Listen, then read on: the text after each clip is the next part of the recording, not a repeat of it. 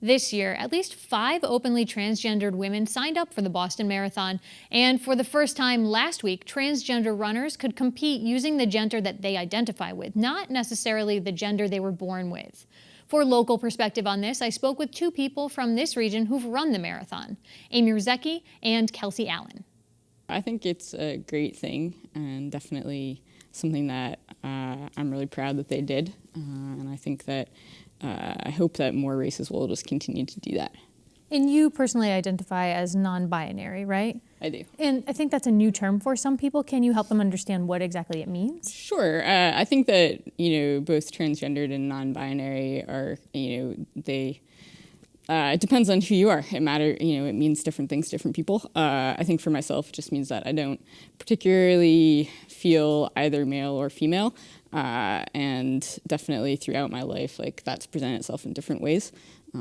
But in terms of running, I think that, I tend to run with women more often. I'm on a women's team, but I don't think of myself as particularly fitting into that box all the time. Sure.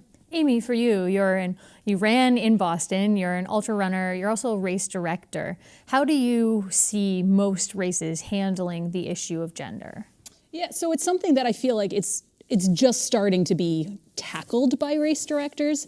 A race like the Hot Chocolate Run, probably, as far as I know, they took one of the first big steps that I saw to allow people to register as non-binary / prefer not to answer, as opposed to making everyone decide between male and female, kind of recognizing that there are people who that's how they identify and that's how they want to race.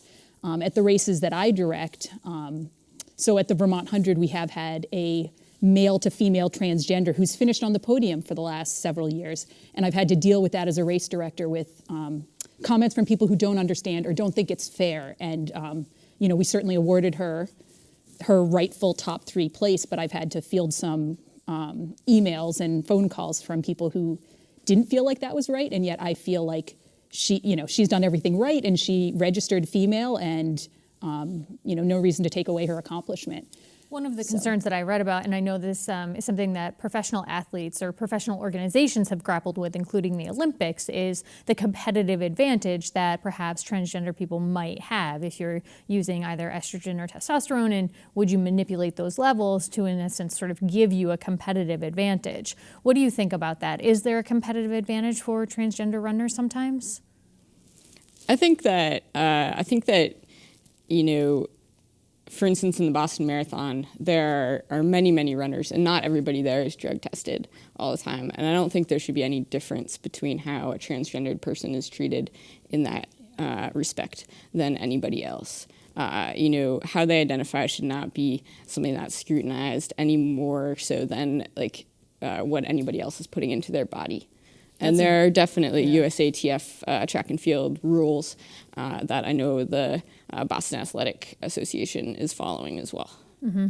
Yeah, I mean, that's the exact stance that I took at the Vermont 100 when people did question why did this, transgender runner still get on the podium, and, have you drug tested, have you checked the testosterone levels? And I responded, I said, I didn't check their testosterone levels, but I also didn't check for performance enhancing and drugs in anybody that won in top 3 or won a free pair of shoes. I'm not going to put her under any additional scrutiny than anyone else.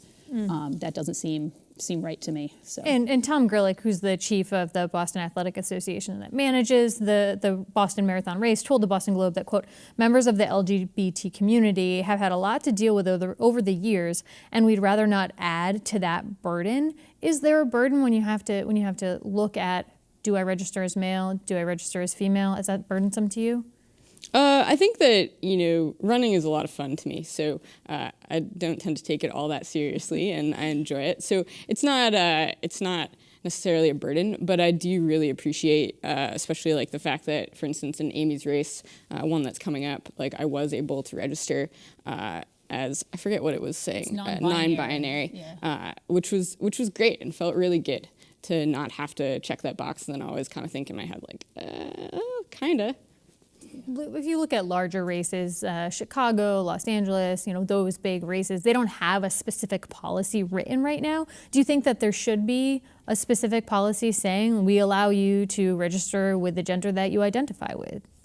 I mean, I think that The USATF and the IOC, the International Olympic Committee, those two entities have already looked really carefully at what they think is fair in terms of when somebody that is transgender can register as male and register as female throughout the process. And so, I mean, with my races, all I do is basically say, hey, we're a USATF certified race. It means that you meet those guidelines. It also means that you meet the, no use of performance enhancing drugs guidelines. It means that you meet all of the criteria. And so that way I don't have to call out transgender runners specifically and say, hey, you're welcome to be here. They can be here and they know where they fall because there's already these great policies in place by, people that know a lot more than I do about it.